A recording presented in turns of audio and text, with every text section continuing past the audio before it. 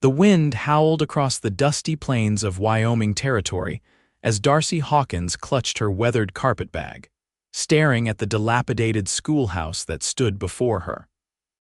The year was 1878, and she had traveled nearly 300 miles from her comfortable home in Denver to answer an advertisement for a teacher in the remote settlement of Juniper Creek.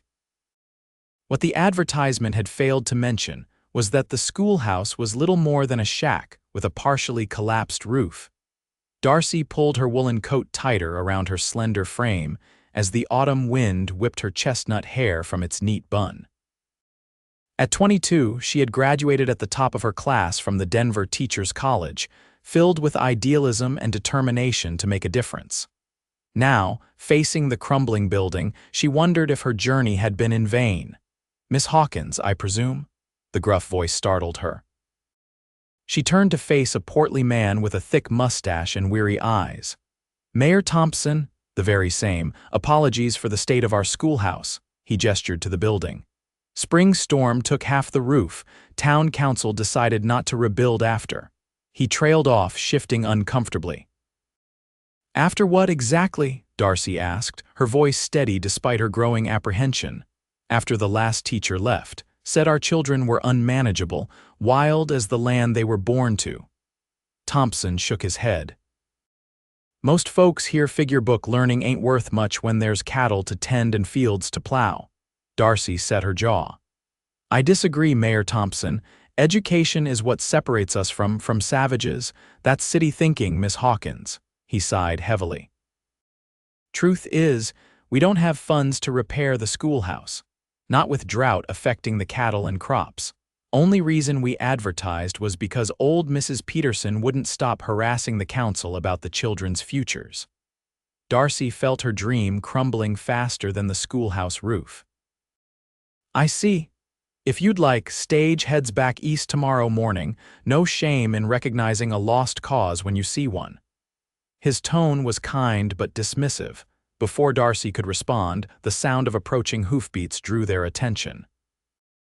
A rider appeared on the horizon, silhouetted against the setting sun. Even at a distance, Darcy could see he sat tall in the saddle, guiding his horse with the easy confidence of someone born to ride. As the rider approached, two smaller figures came into view, children riding double on a second horse, following close behind. "That'd be Xavier James," the mayor muttered.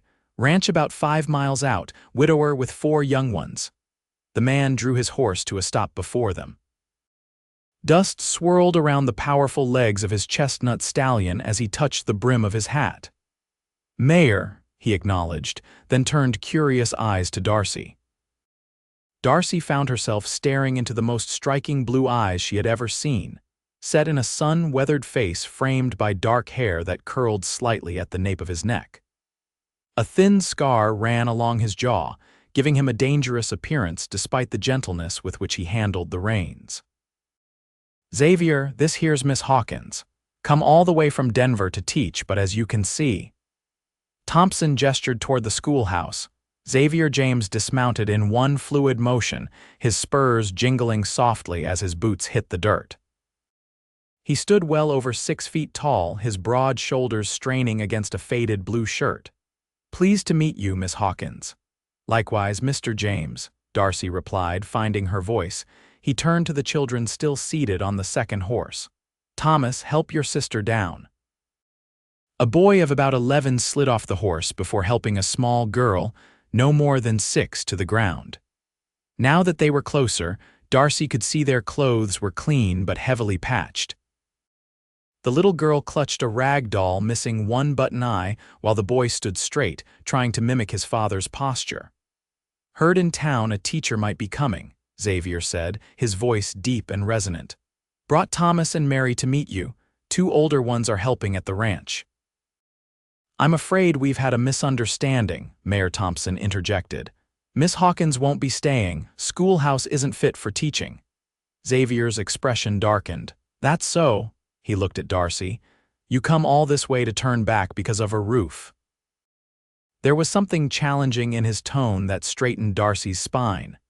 "I came to teach, Mr. James, but I require a suitable space to do so." The little girl, Mary, stepped forward, her small face earnest. "Can you teach me my letters, madam?" "Pa tries, but he's awful busy with the ranch and all." Xavier's face softened as he looked at his daughter. "Mary's got her heart set on reading proper, says she wants to read stories to her ma's memory." The simple statement caught Darcy off guard. She looked at the little girl, whose hopeful expression made her heart ache. "How many children are there in Juniper Creek?" Darcy asked the mayor. Thompson scratched his chin. 20 odd, I'd reckon. Ages 5 to 16, though most older boys work the ranches now." Darcy made a quick mental calculation. 20 children without access to education because of a roof and communal apathy. It was unacceptable. "Mr. James," she said suddenly. "Do you have a barn?" Xavier raised an eyebrow. "Yes, madam, good solid one." "With space enough for 20 children to sit?" A slow smile spread across his face as he caught her meaning. "More than enough. Built it myself 2 summers ago, tight against wind and rain." "Miss Hawkins," Mayor Thompson interrupted, "you can't be serious about teaching in a barn." "I am entirely serious, Mayor Thompson. If Mr. James is amenable, I propose to start lessons there while the town council reconsiders the value of education." She turned to Xavier. "For a reasonable rent, of course." Xavier studied her for a long moment, taking in her determined stance and the fire in her eyes. "No rent needed. Education's payment enough if you can teach my 4. 4 children?" Darcy asked. "Thomas and Mary here, plus Samuel, who's 14, and Elizabeth, who's 12. A shadow passed over his face. "Lost their mother to fever 3 years back. Been trying my best, but—" He trailed off, glancing at his children. Thomas stepped forward. "Pa teaches us sums for the ranch accounts, but we want to learn proper, miss." Darcy made her decision in that moment. "Then it's settled. I'll teach at the James Ranch until proper arrangements can be made in town." Mayor Thompson sputtered. "Now see here, Mayor," Xavier cut him off. "Town's had 2 years to fix that roof. Miss Hawkins is offering a solution unless you've got a better one." The mayor's mouth opened and closed several times before he huffed in resignation. "On your head be it, James. Don't come complaining to the council when she fills those children's heads with nonsense that won't help them survive out here." Xavier's jaw tightened, but he kept his voice even. "Survival's more than just branding cattle and growing wheat, Thompson." He turned to Darcy. "My wagon's at the general store. We can collect your things and head to the ranch before dark." As they walked toward the store, Mary slipped her small hand into Darcy's. "Will you teach us about faraway places, miss? Pa says there's oceans bigger than all of Wyoming." Darcy squeezed the little hand in hers. "I'll teach you about oceans and mountains and cities with buildings taller than any tree you've ever seen." Mary's eyes widened. "Truly." "Truly," Darcy promised, catching Xavier's gaze over his daughter's head. For the first time since arriving in Juniper Creek, she felt as though she was exactly where she needed to be. The James Ranch sprawled across several hundred acres of rolling plains, bordered by a creek that gave the settlement its name. The main house was modest, but well-maintained, a 2-story structure built of sturdy logs with a wide porch running along the front. Several outbuildings dotted the property, and the barn Xavier had mentioned stood impressively to the west. As their wagon approached, 2 figures emerged from the barn, a lanky teenage boy and a girl on the cusp of womanhood, both bearing Xavier's striking blue eyes. "That's Samuel and Elizabeth," Mary informed her excitedly.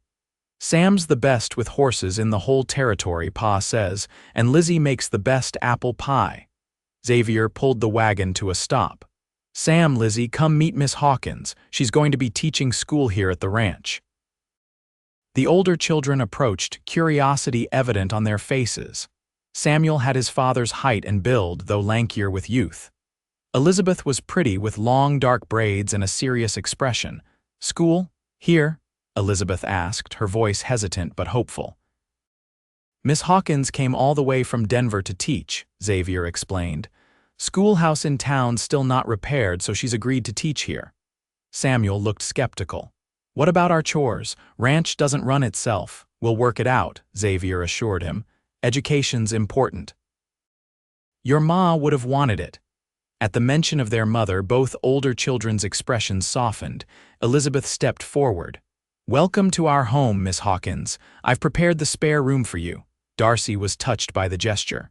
Thank you, Elizabeth. I hope I won't be imposing for long. Xavier helped Darcy down from the wagon. You're not imposing. This arrangement helps us both. The family led Darcy into the house, which was surprisingly cozy inside. A large stone fireplace dominated the main room, surrounded by simple but comfortable furniture. Shelves lined one wall, sparsely populated with books, mostly practical guides to ranching, and a well-worn Bible. Elizabeth showed Darcy to a small but clean room on the second floor. It was Ma's sewing room, she explained, a hint of sadness in her voice. We haven't used it much since she passed.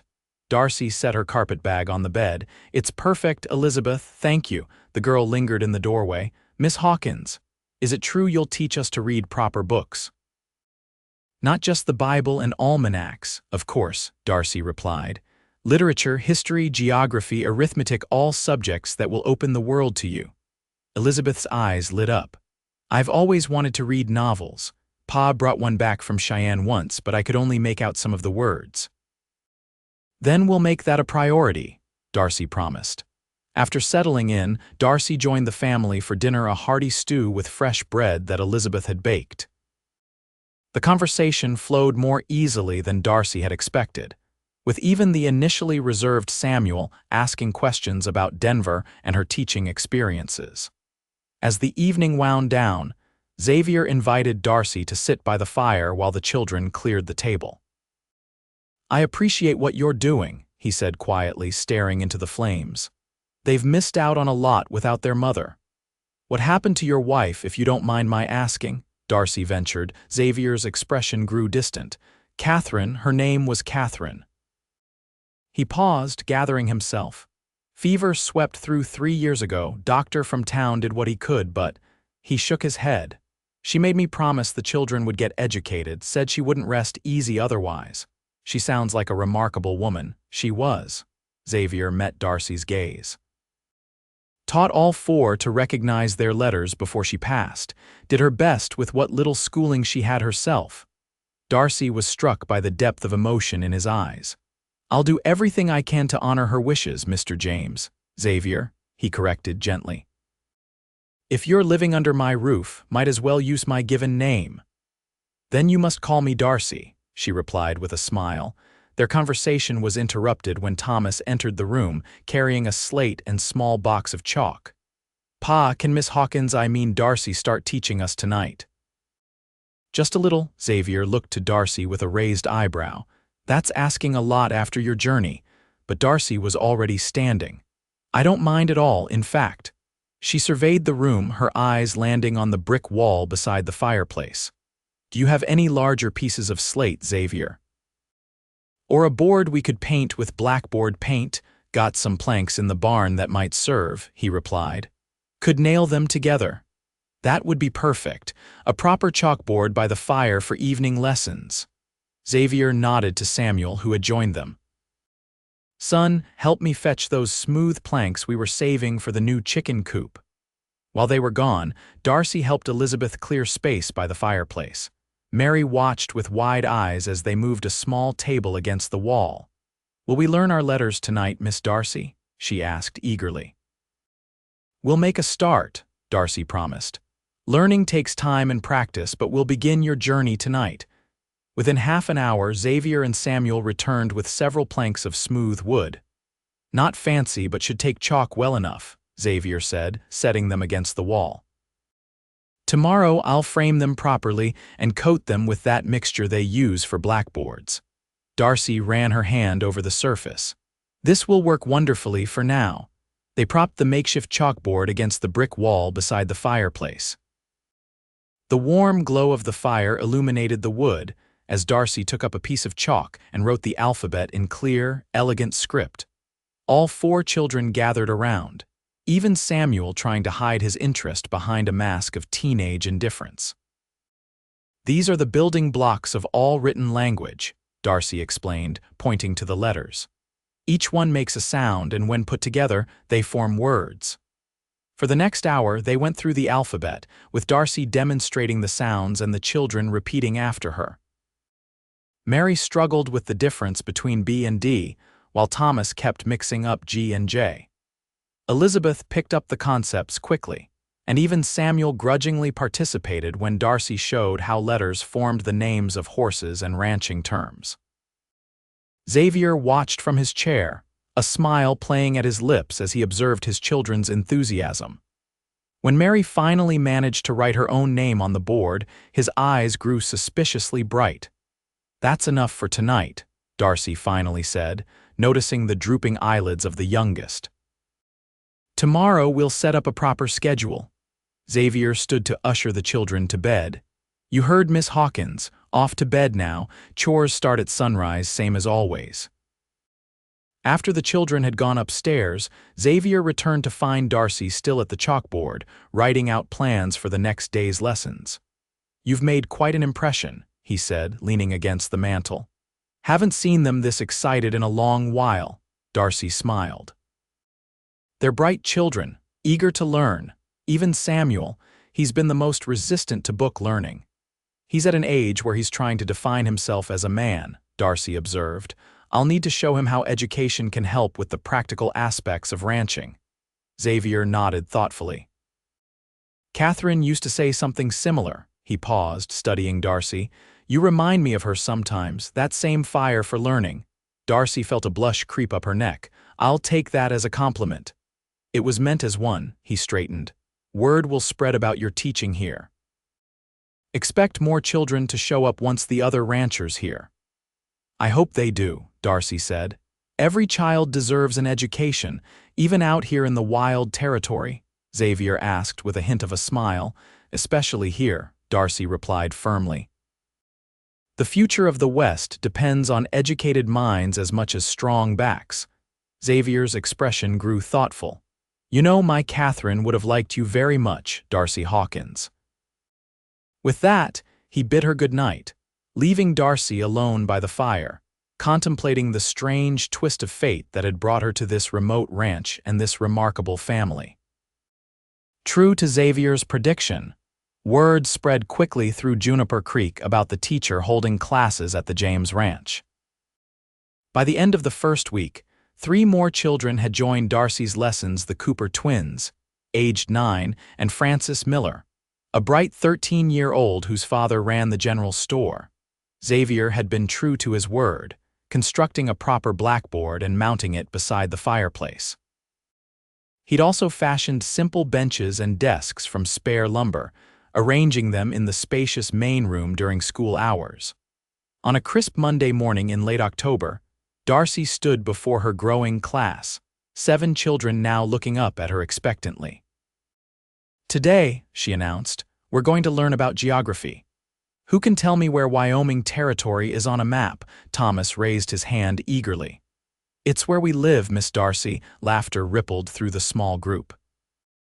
"That's correct, Thomas, but I'm asking where Wyoming is in relation to the rest of the United States."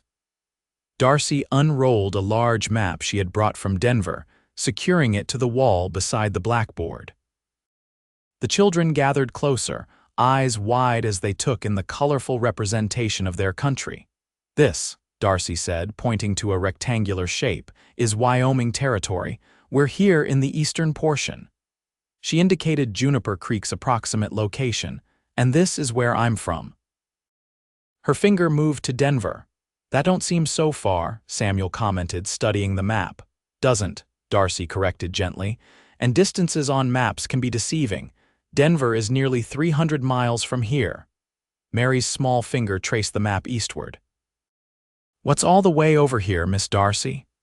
"That's the Atlantic Ocean, Mary, and these are cities like New York and Boston, some of the oldest in our country." For the next hour, the children were transported across the continent and around the globe as Darcy described faraway places and different cultures. Even Samuel, who typically maintained a facade of disinterest, asked questions about the mountains in Colorado and the cattle drives to Chicago. Xavier had taken to observing the lessons when ranch work allowed, sitting quietly at the back of the room.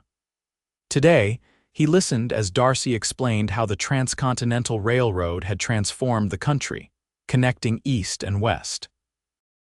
"My pa helped build that railroad," Francis Miller offered proudly. "Before he opened the store, says it nearly killed him, but it was worth being part of history." "It was indeed a historical achievement," Darcy agreed. "The railroad has changed how we think about distance and time." After the lesson, as the other children filed out for their midday meal, Xavier approached the blackboard where Darcy was erasing her notes. "You make the world sound so accessible," he commented. "Like these children could go anywhere, be anything." Darcy turned to him. "They can, Xavier. That's the power of education. It opens doors that might otherwise remain closed." He smiled, though there was a hint of sadness in it. "Catherine wanted to see the ocean, never got the chance." "I'm sorry," Darcy said softly. Xavier shook his head. "Don't be." "She lived fully with the time she had." He gestured to the map. "Sometimes I think about taking the children east, showing them more of the world than just Wyoming." "Why don't you?" Darcy asked. "Ranch keeps us tied down. Cattle need tending, crops need harvesting." He sighed. "And truth be told, I wouldn't know where to start in a big city. This land's all I've known since I was Samuel's age." Before Darcy could respond, the door burst open and Mayor Thompson strode in, followed by a stern-looking man in an expensive suit. "Miss Hawkins," Thompson said without preamble. "This is Mr. Rutherford from the Territorial Education Board. He's here about your unconventional teaching arrangement." Rutherford stepped forward, eyeing the makeshift classroom with obvious disdain. "Miss Hawkins, I understand you're conducting school in a private residence without proper certification from the territory." Darcy straightened. "I have my teaching certificate from Denver Teachers College, Mr. Rutherford. I'd be happy to show you." "That's not the issue," Rutherford replied dismissively. "Schools must be conducted in designated public buildings, not private homes. It's a matter of separation of education from private interests." Xavier moved to stand beside Darcy. "The designated public building in Juniper Creek has half a roof, Mr. Rutherford. Been that way for 2 years while the town council decides whether education is worth the expense of lumber and nails." Thompson flushed. "Now see here, James." "No, you see here," Xavier interrupted, his voice low but intense. "These children have gone without proper schooling since Catherine passed. Miss Hawkins is the first person to step up and do something about it. If that means holding classes in my home, so be it." Rutherford adjusted his spectacles. "The law is clear, Mr. James. Either Miss Hawkins teaches in a public schoolhouse or she doesn't teach at all."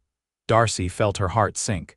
"Surely there's some accommodation that can be made. These children are eager to learn." "The solution is simple," Rutherford said. "Repair the schoolhouse." An uncomfortable silence fell over the room. Finally, Xavier spoke. "How much would it cost to make the repairs?" he asked Thompson. The mayor shifted uncomfortably. "Council estimates about $200 for materials and labor." "I'll cover half," Xavier said immediately. "Mr. James," Darcy protested, "that's a considerable sum." He turned to her, his expression determined. "Education's worth it. You've shown me that these past weeks." "And the other half?" Rutherford inquired, looking pointedly at Thompson. The mayor tugged at his collar. "I'll have to take it to the council. Can't promise anything." "Then I'll cover it all," Xavier declared. "On one condition, Miss Hawkins continues teaching here until repairs are complete." Rutherford frowned. "That's highly irregular." "So is a town neglecting children's education for 2 years, Xavier countered. "Do we have an agreement?" After some further negotiation, Rutherford reluctantly agreed that Darcy could continue teaching at the ranch until the schoolhouse was repaired, provided work began within the week. Once the men had departed, Darcy turned to Xavier, overwhelmed. "You shouldn't have done that. $200 is nothing compared to what you're giving my children," he finished. "Besides, Catherine left some money from her family, always said it should go toward the children's future. This seems fitting." Darcy impulsively reached out and squeezed his hand. Thank you, Xavier. Truly? He looked down at their joined hands, then met her eyes. Something unspoken passed between them, a connection that made Darcy's heart beat faster. After a moment, he gently squeezed her hand in return before releasing it. I should check on the north pasture fences before the weather turns, he said, his voice slightly rough. Samuel knows where to find me if you need anything. As he left, Darcy found herself watching him go, aware of a growing warmth in her chest that had nothing to do with the crackling fire beside her. The weeks flew by as autumn deepened toward winter.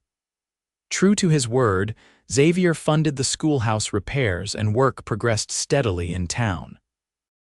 Meanwhile, Darcy's class at the ranch grew to 12 students as word continued to spread. Evening lessons by the fireplace became a cherished ritual for the James family. After supper, the children would gather around the blackboard, and Darcy would introduce more advanced concepts or read aloud from one of the few books available, usually tales from the Bible or excerpts from almanacs. One evening in early November, Xavier returned from a trip to Cheyenne with a surprise. After the children had gone to bed, he presented Darcy with a package wrapped in brown paper. "What's this?" she asked, taking the surprisingly heavy bundle. "Open it and see," he replied, an unusual excitement in his eyes.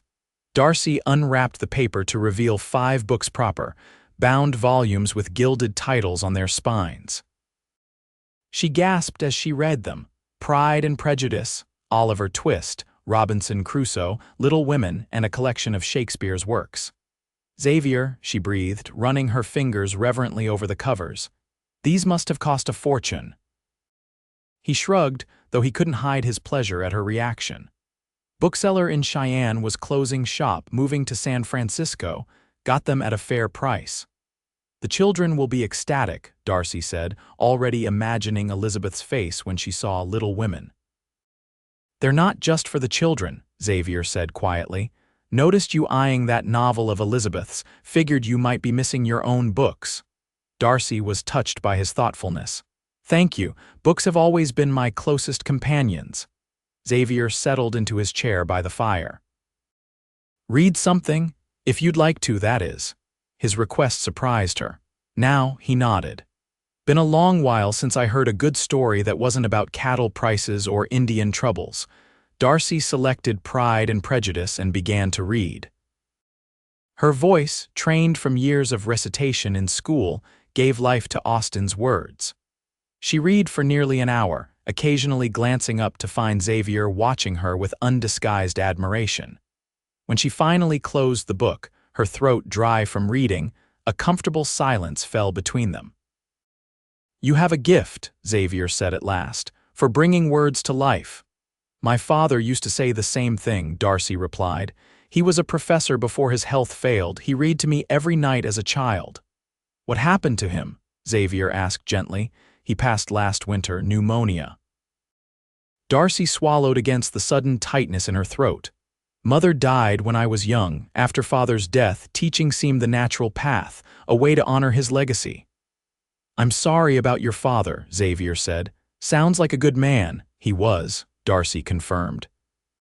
"He would have liked you, I think. He always respected those who valued education." Xavier leaned forward, the firelight casting shadows across his features. "I didn't always, not until Catherine showed me its importance, and now you've reminded me." Their eyes met, and Darcy felt that same connection from weeks earlier, stronger now. For a breathless moment, she thought he might reach for her hand, but instead he stood. "Getting late," he said, though he made no move to leave. "Tomorrow's roundup day. Need to bring the cattle in from the North Range before the snow hits." "Will you need Samuel's help?" Darcy asked, rising as well. "All hands," Xavier confirmed. "Even Elizabeth helps during roundup, might have to cancel lessons for the day." "I understand," Darcy assured him.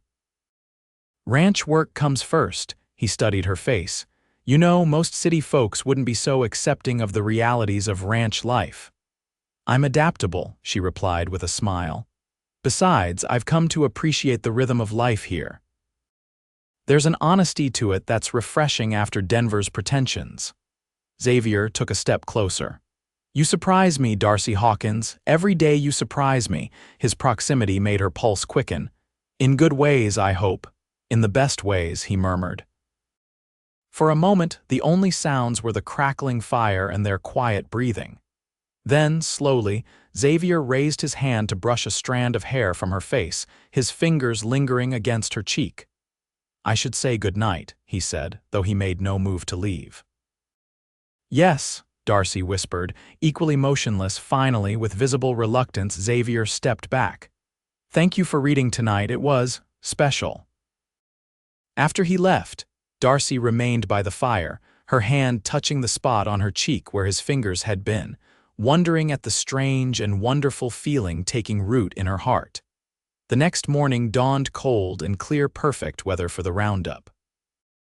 Darcy rose early, determined to help however she could. In the kitchen, she found Elizabeth already preparing a substantial breakfast. "Pa says roundup days need hearty meals," the girl explained, skillfully flipping cornbread in a cast-iron skillet. "Can I help?" Darcy offered. Elizabeth smiled. "You could pack the lunches. The men won't return until sundown." Together, they prepared food for the day ahead. Through the window, Darcy could see Xavier and Samuel in the corral, readying horses for the work ahead. Several ranch hands had arrived to assist, their breath visible in the cold morning air. When breakfast was ready, the kitchen filled with hungry men, their voices loud and jovial as they discussed the day's plan. Xavier entered last, his presence immediately commanding the room's attention. "Weather's holding," he announced. "Should have the north herd in by sunset if we push hard." After the meal, the men prepared to ride out. Darcy followed Elizabeth onto the porch to see them off, wrapping a shawl around her shoulders against the chill. Xavier approached, adjusting his gloves. "No lessons today, but if you're willing, could use your help with Mary. Usually stays with Elizabeth, but with Lizzie joining the roundup this year." "I'd be happy to watch her," Darcy assured him. His relief was evident. "She can be a handful, full of questions." "Questions are the foundation of learning, Mr. James," Darcy replied with a smile. He grinned, then turned serious. "One other thing, if the sky turns, get to the cellar. November storms can blow up fast out here." "We'll be fine," Darcy promised. "Focus on your work." Xavier nodded, then hesitated before adding, "Be careful with the stove. Mary likes to help cook, but she's too curious sometimes." Darcy's heart warmed at his concern. "I'll keep her safe, Xavier. You have my word." Something in his expression softened. For a moment she thought he might say more, but Samuel called from the yard that they were ready to ride. With a tip of his hat, Xavier mounted his horse and led the group away from the ranch. Darcy watched until they disappeared over the ridge, Mary's small hand slipping into hers. "Pa says you're going to teach me to make biscuits today," the little girl said hopefully. Darcy laughed. "Did he now? Well, I suppose we shouldn't disappoint him." The day passed pleasantly as Darcy and Mary baked, read stories, and practiced letters. By mid-afternoon, however, Darcy noticed a change in the air, a heaviness that hadn't been there before. Looking out the window, she saw dark clouds gathering on the western horizon. "Mary," she said calmly, "I think we should prepare for a storm. Where does your father keep the lamps and matches?" The little girl showed her the supplies cabinet, and together they made sure oil lamps were filled and easily accessible. Darcy added wood to the fire, keeping a watchful eye on the approaching storm. By 4 o'clock, the sky had darkened ominously, and the wind had picked up, howling around the eaves of the house. Darcy was growing increasingly concerned about Xavier and the others still out on the range. "Should we go to the cellar now?" Mary asked, her voice small as thunder rumbled in the distance. Darcy hesitated.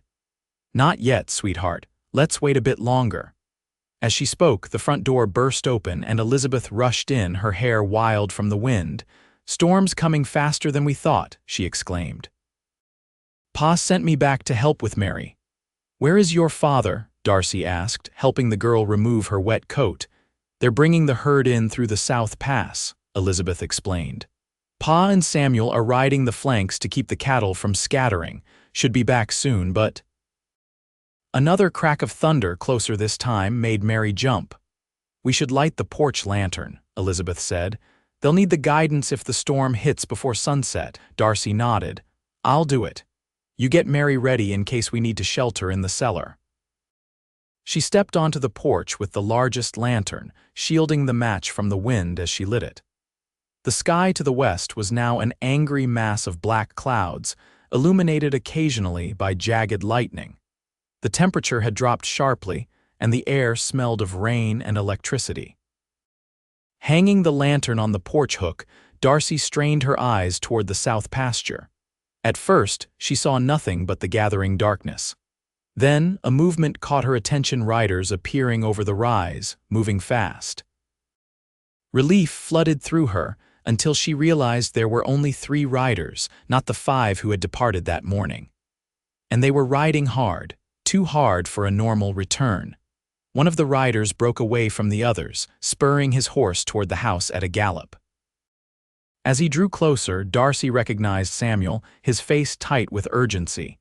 He pulled his horse to a skidding stop at the porch steps. "Miss Darcy, Pa's in trouble, cattle spooked at the lightning." He and Wilson went after the strays, but there was a flash flood in the creek bed. Wilson's horse made it across, but Pa's was swept downstream. Darcy's heart seemed to stop. "Xavier? Is he?" "Don't know," Samuel cut in, already turning his horse.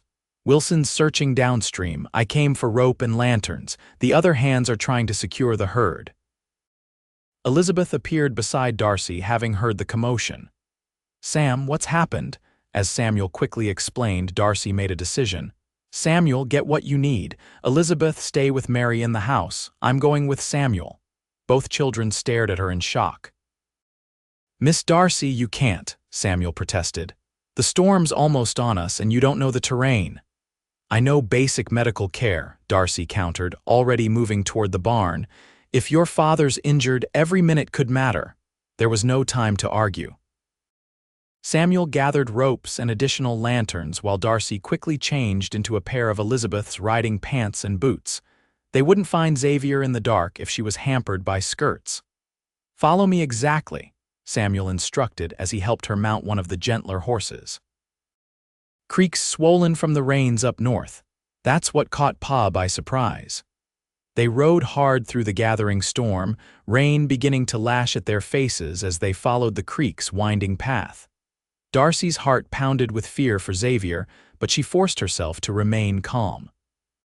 Panic wouldn't help find him. After nearly 20 minutes of riding, they spotted a figure on horseback moving slowly along the far bank of the now raging creek. "Wilson!" Samuel shouted above the wind. The ranch hand waved his lantern in acknowledgement, then pointed downstream emphatically. "He spotted something," Samuel said, spurring his horse forward. They followed the creek's curve until the terrain opened into a small clearing. There, half in the water and half on the muddy bank, lay Xavier's horse, clearly dead from the impact of the flood. Of Xavier himself, there was no sign. Dismounting quickly, Samuel scanned the area, holding his lantern high. "Pa," he called, his young voice cracking with fear.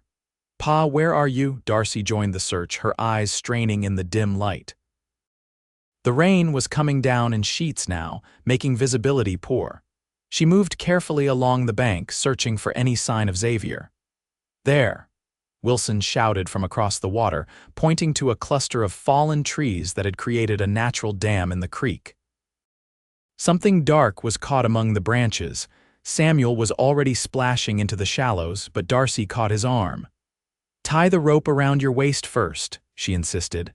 "I'll anchor you." With the rope secured, Samuel waded into the creek, fighting against the current as he made his way toward the logjam. Darcy held the rope taut, her hands burning as the rough hemp slid through her grip. "I see him," Samuel called. "He's caught in the branches, but he's not moving." Darcy's heart clenched with fear, but she kept her voice steady. "Can you reach him?" "Almost. Got him." Samuel's voice was strained with effort. "He's breathing, but I can't free him alone. The logs have his leg trapped." Wilson had made his way to Darcy's side of the creek. Together, they secured the rope to their horses and began to pull, creating enough tension for Samuel to work without being swept away. For what seemed like hours, they struggled against the elements.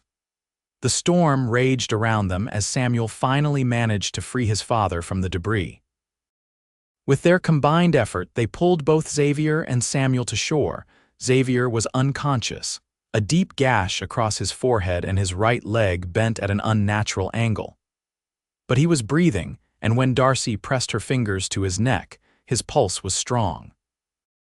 "We need to get him home," she said, checking quickly for other injuries. "His leg is broken, and he may have other internal injuries I can't see." They fashioned a makeshift travois using branches and Samuel's saddle blanket, securing Xavier as best they could before beginning the difficult journey back to the ranch. The return trip was agonizingly slow, the storm hampering their progress at every turn. Darcy rode alongside Xavier, frequently checking his condition and shielding his face from the worst of the rain with her own coat. By the time they reached the ranch, it was fully dark, the only light coming from the porch lantern Elizabeth had faithfully maintained. At the sight of their approach, she ran out, Mary close behind. "Pa," Mary cried, trying to reach her father, but Elizabeth held her back.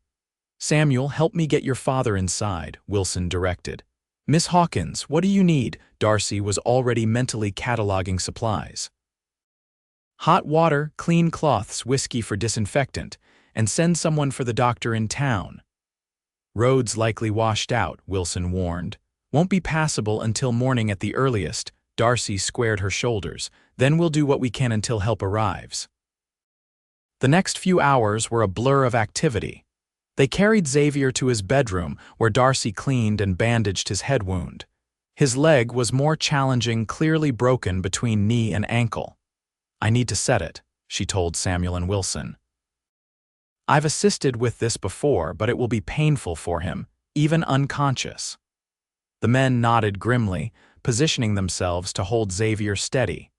With careful precision, Darcy manipulated the broken bone back into alignment, using 2 straight pieces of wood from a broken chair as splints.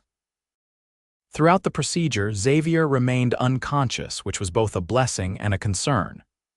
Darcy checked his pupils regularly, watching for signs of serious head injury. By midnight, she had done all she could. Xavier's leg was set and splinted, his wounds cleaned and bandaged. His breathing had steadied, and occasionally he stirred, though he didn't fully awaken. The children had been sent to bed after being reassured their father would recover, though Samuel had to be practically ordered to rest. Wilson and the other hands had returned to secure the remaining cattle, promising to check on their boss in the morning. Alone in Xavier's room, Darcy kept vigil by his bedside. The storm had passed, leaving an eerie quiet broken only by the occasional drip of water from the eaves and Xavier's steady breathing. She gently bathed his face with a cool cloth, studying his features in the lamplight. In repose, the hard lines of his face softened, making him look younger than his 35 years. His dark hair, still damp from the creek, curled against his forehead, and Darcy resisted the urge to brush it back with her fingers. "You gave us quite a scare," she whispered, though she knew he couldn't hear. "Your children need you, Xavier James, I need." She stopped, surprised by the depth of emotion welling up inside her. When had this rugged rancher become so important to her? When had his smile, his quiet strength, his unwavering commitment to his children become something she looked forward to each day? As if in response to her thoughts, Xavier stirred, his eyelids fluttering. Darcy leaned closer, hope surging through her. "Xavier," she called softly, "can you hear me?" His eyes opened slowly, unfocused at first, then settling on her face. Confusion gave way to recognition. "Darcy." His voice was rough, barely audible. "I'm here," she assured him, taking his hand. "You're home, you're safe." He tried to sit up, then winced as pain registered. The herd. "Samuel, the cattle are secure and Samuel is fine," Darcy soothed. "Everyone is safe. You're the only one who decided to go swimming in a flash flood." A weak smile touched his lips. "Not my brightest moment." His eyes searched her face. "You found me," Samuel did with Wilson's help. "I just tagged along." Xavier's fingers tightened around hers. You're soaking wet, and those are Elizabeth's clothes." Darcy glanced down at her borrowed attire, suddenly self-conscious. It was practical for the situation. Catherine never would have. He began, then stopped, a different emotion crossing his face. "But you did. You came for me." "Of course I did," Darcy said simply. "I couldn't bear the thought of losing you." The words hung in the air between them, more revealing than she had intended. Xavier's eyes, though clouded with pain, held her steadily. "Darcy," he whispered, his voice strengthening. "When I was in that creek, thinking I might die, it wasn't just my children I was afraid of leaving, it was you." Her heart seemed to stop, then race forward. "Xavier, let me say this," he interrupted. "Nearly dying makes a man see things clearly." He took a labored breath. "I've been fighting these feelings, telling myself it's too soon after Catherine, that you deserve someone more educated, more worldly. But tonight showed me life's too short for such foolishness." Darcy felt tears gathering in her eyes. "What are you saying?" "I'm saying I love you, Darcy Hawkins. Have since you set up that chalkboard by the fire and opened my children's eyes to a world beyond this ranch." A tear slipped down her cheek. "I love you too," she whispered. "I wasn't looking for this. Came here to teach, not to fall in love with a stubborn rancher and his 4 wonderful children." Xavier's smile broadened despite his pain. "Life has a way of teaching us lessons we didn't expect." Darcy laughed softly. "Now who's the philosopher?" He tried to shift position, then grimaced as pain shot through his leg. "How bad is it?" "Your leg is broken, but clean. I set it as best I could. The doctor will need to check it when the road's clear," Darcy explained. "You also have a concussion, I suspect. You'll need to rest," Xavier groaned. "Ranch won't run itself." "Samuel and the hands have things under control," Darcy assured him. "Your job now is to heal, and your job is still to teach," she replied with a smile. "Though it seems my students now include a stubborn rancher who needs to learn patience." Xavier's expression grew serious again. "When the schoolhouse is repaired, will you stay? Here I mean, not just as teacher, but—" "As what?" Darcy prompted, her heart pounding. "As whatever you're willing to be," Xavier said softly. "Friend, companion, wife someday if you'd consider it." Darcy leaned forward, pressing her lips gently to his. It was a brief kiss, mindful of his injuries but filled with promise. "I'll stay," she whispered against his lips. "For as long as you and the children want me." Xavier raised his hand to cup her cheek. "That would be forever, Darcy Hawkins." A soft noise at the doorway made them both turn. There stood all 4 children, still in their nightclothes, watching with expressions ranging from Samuel's embarrassment to Mary's undisguised delight. "Is Pa going to be all right?" Elizabeth asked, her eyes moving between her father and Darcy. "I'm fine, Lizzie," Xavier assured her. "Just a bit banged up." Thomas stepped forward. "We were worried when we heard talking." "So you decided to eavesdrop?" Xavier asked, though there was no anger in his tone. Samuel shuffled his feet. "Heard enough to know you finally told Miss Hawkins how you feel." Darcy felt her cheeks flush. "And how do you all feel about that?" Xavier asked, watching his children carefully. Mary rushed to the bedside, her small face earnest. "Does this mean Miss Darcy will stay forever? Even after the schoolhouse is fixed?" Darcy glanced at Xavier, who nodded encouragingly. "Would you like that, Mary?" she asked. "More than anything?" The little girl exclaimed. "You can teach us by the fire every night and read stories, and—" She paused, a new thought occurring to her. "Would you be our new Ma?" The directness of the question hung in the air. Darcy looked to the older children, searching their faces for any sign of discomfort or resistance. Elizabeth spoke first. "We love you, Miss Darcy. You've brought learning and laughter back to our home." Thomas nodded vigorously. "And you make Pa smile again." All eyes turned to Samuel, the eldest and the one who had been most reserved. He met Darcy's gaze steadily. "Ma would have wanted Pa to be happy," he said simply. "And she would have liked you, Miss Darcy. You're good for him, for all of us." Tears welled in Darcy's eyes at the young man's approval. "Thank you, Samuel. That means more than you know." Xavier reached out, gathering his children close with his uninjured arm. "Nothing's decided yet," he cautioned. "Miss Darcy and I have a lot to talk about, and I'm still laid up in this bed." "But you love her," Mary stated matter-of-factly. "And she loves you, we heard." Xavier chuckled, then winced as the movement jarred his injuries. "Yes, little one, that much is true." Darcy watched the family she had come to love, her heart full. 6 months ago, she had arrived in Juniper Creek with nothing but her teaching certificate and a carpetbag. Now she had found a home, a purpose, and a love she hadn't been looking for. The winter passed slowly as Xavier recovered from his injuries. The broken leg healed well, though the doctor warned he might always have a slight limp in wet weather. By Christmas, he was able to move around with crutches, and by February, he had graduated to a walking stick. The schoolhouse repairs were completed in January, and Darcy began dividing her time between teaching in town and continuing evening lessons at the ranch. Mayor Thompson, seeing the enthusiasm of the children and the support of their parents, had grudgingly increased the education budget, even allocating funds for new books. One evening in early March, as winter began to loosen its grip on the Wyoming plains, Xavier found Darcy in the barn. She had developed a fondness for the horses during her stay and often spent time with them after school. "Thought I might find you here," he said, walking without his cane for the first time in months. Darcy smiled, brushing straw from her skirt. "Just checking on Maple's new foal." "He's growing so fast." Xavier approached, wrapping his arms around her from behind as they both watched the spindly-legged colt wobble around its mother. "Reminds me of Samuel when he was small," Xavier mused. "All legs and determination." Darcy leaned back against his chest, savoring his warmth. "He's becoming quite the young man." His essay on cattle breeding practices impressed even Mr. Rutherford when he visited last week. "That's your influence," Xavier said, pressing a kiss to the top of her head. "You've shown him that learning and ranching go hand in hand." They stood in comfortable silence for a moment, watching the horses. "I received a letter today," Darcy finally said. "From the territorial superintendent." Xavier tensed slightly. "Good news or bad?"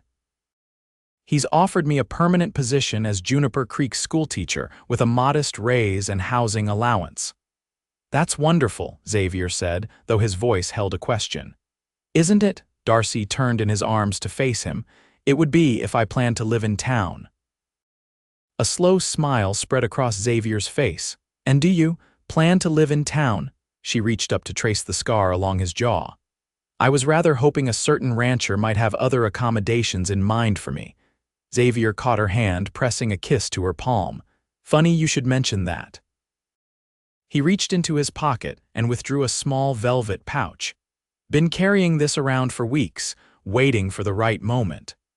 Darcy's breath caught as he emptied the contents into his palm, a delicate gold ring set with a small but perfect diamond. "It was my grandmother's," Xavier explained softly.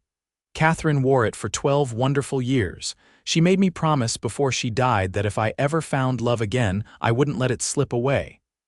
He took Darcy's hand, his eyes never leaving hers. "Darcy Hawkins, you came to teach my children their letters and ended up teaching me how to love again. Will you marry me? Be mother to my children and partner in whatever life brings us?" Tears of joy welled in Darcy's eyes. "Yes," she whispered. "With all my heart, yes." Xavier slipped the ring onto her finger, then pulled her into a kiss that held all the promise of their future together. The wedding took place in May, when the Wyoming plains burst into wildflowers. The entire community of Juniper Creek attended, even Mayor Thompson, who had begrudgingly admitted that Darcy's influence had improved more than just the children's education. The ceremony was held on the ranch, beneath a canopy of blue sky. Elizabeth had sewn Darcy a simple but elegant white dress, while Mary had insisted on gathering wildflowers for her bouquet. Thomas stood proudly beside his father, holding the rings, while Samuel gave Darcy away in the absence of her own father. When the minister pronounced them husband and wife, Xavier kissed his bride to the cheers and applause of family and friends. As they turned to face their guests, Xavier's arm secure around her waist, Darcy felt a completeness she had never known before. The reception lasted well into the evening, with music, dancing, and more food than the long tables could hold. As the sun began to set, casting golden light across the ranch, Xavier led Darcy to a quiet spot away from the celebration. "Happy, Mrs. James?" he asked, his voice tender. "Happier than I ever thought possible," she replied, leaning into his embrace. Xavier gestured toward the house, where the chalkboard still stood beside the fireplace. Through the window, they could see the children showing some of their friends the books and maps that had become a central part of their home. "You know, when you first set up that chalkboard by the fire, I had no idea how much it would change our lives," Xavier said reflectively. "Education," Catherine always said, "opens doors we never knew existed." Darcy smiled up at him. "And love opens hearts we thought were closed forever." Xavier brushed a strand of hair from her face, his touch gentle. "I have something for you, a wedding gift." He led her to the barn, where he unveiled a small wagon, newly painted and outfitted with comfortable seats. "In the summer," he explained, "once school's out and the spring calving is done. Thought we might take the children east like we talked about, see the ocean Catherine never got to see." Darcy's eyes widened. "Truly, but the ranch, Samuel's old enough to oversee things for a few weeks with Wilson's help," Xavier assured her. "It's time our family saw more of the world than just Wyoming." "Our family," Darcy repeated, savoring the words. "I like the sound of that." Xavier pulled her close, his lips finding hers in a kiss that spoke of promises kept and adventures yet to come. "Just the beginning, Mrs. James," he whispered. "Just the beginning." As twilight deepened into night, the family gathered once more around the fireplace. Despite the warm spring evening, Xavier had built a small fire not for warmth, but for tradition. The chalkboard stood in its accustomed place, and the children settled into their usual spots. "Tonight," Darcy announced, picking up a piece of chalk, "seems like the perfect time to start a new book." She wrote "The Swiss Family Robinson" on the board in her elegant script. "What's it about, Ma?" Mary asked, the new title slipping naturally from her lips. Darcy's heart swelled at being called Ma for the first time. She glanced at Xavier, who smiled encouragingly from his chair. "It's about a family who embarks on a great adventure," Darcy explained. "They face challenges and dangers, but together, they build a new life and discover strengths they never knew they had." "Sounds like us," Thomas observed. Xavier reached out, taking Darcy's hand as she sat beside him. "Indeed it does, son. Indeed it does." As Darcy began to read, her clear voice filling the room with tales of shipwrecks and tropical islands, she reflected on the journey that had brought her here. She had come to Juniper Creek to teach, never expecting to find a home, a family, and a love that completed her. The chalkboard by the fire had been just the beginning. What followed was a lifetime of learning, loving, and growing together, a story more beautiful than any found in books, written day by day in the hearts of the James family.